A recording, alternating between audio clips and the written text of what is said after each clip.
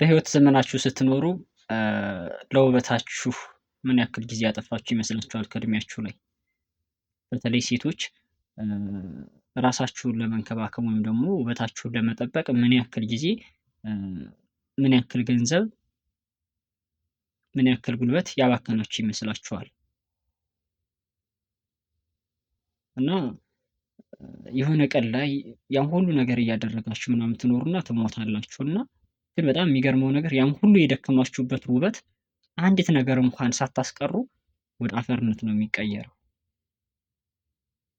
ለእንትና ልስጠው እንኳን ማለት አትችሉም ቀንሳችሁ ከዛ ከውበታችሁ ላይ በጣም ብዙ ወንዶችን ብዙ ሴቶችን አጣልታችሁ ሊሆን ይችላል። በጣም ብዙ ሰው አድንቋችሁ ስለ ውበታችሁ ተቀኝቶ ሊሆን ይችላል።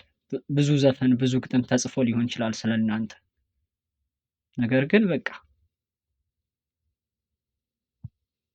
አፈር ይሆናል የሁሉም ነገር። ያ ብዙ ገንዘብ ያወጣችሁበት ብዙ ሽቶ ብዙ ሜካፕ የተጠቀማችሁት ነገር በሙሉ የሆነ ቀን ላይ በሆነ ቅጽበት ሞት የመጣ ጊዜ ወደ አፈርነት መመለስ ይጀምራል። ያ ድሃው ነካኝ ብለን የተጸየፍነው ምስኪኑ ሰው በአጠገባችን ሲያልፍ የተሳቀቅነው ያ ሰውነታችን በሙሉ ከሁሉ ነገር የባሰውን አፈር ይሆናል ማለት ነው። እኛ ሰው እንዳይነካን ስንጠነቀቅለት የነበረው ሰውነታችን ራሱ ትቢያ ይሆናል። በቃ ሞት ማለት በቃ ያ ነው። በቃ ያ በቃ ስንጠነቀቅለት በጣም ብዙ ነገሮችን ስንቀኝለት ብዙ ነገሮችን ስንለፋ ስንደክምለት የኖርነው ነገር በሙሉን በዜሮ የሚያባዛ ነው። በቃ በዜሮ ያባዛዋል፣ መልሶ አፈር ይሆናል። ለዛ ለስጋችን በጣም ብዙ ሰዎችን ገድለን ሊሆን ይችላል፣ ብዙ ሰው አስቀይመን ሊሆን ይችላል፣ ብዙ ነገሮችን ዝናችን በዓለም ላይ ናኝቶ ሊሆን ይችላል፣ በጣም ብዙ ስለኛ ሊነገር ይችላል።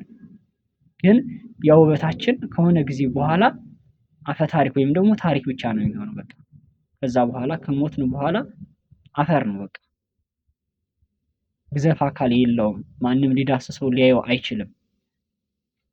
በቃ የዛን ያክል ነው ሞት። ወደዛ ነው የሚወስደን፣ ወደ አፈር ወደ ትቢያ ማለት ነው።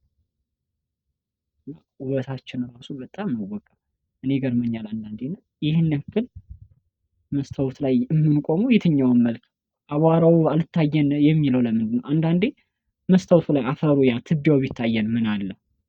ምናልባት ራሳችንን እንመለከትበት ነበር ብዬ አስባለሁ። አንዱ ችግርም ያ ይመስለኛል፣ አፈር ሆኖ ስለማይታይ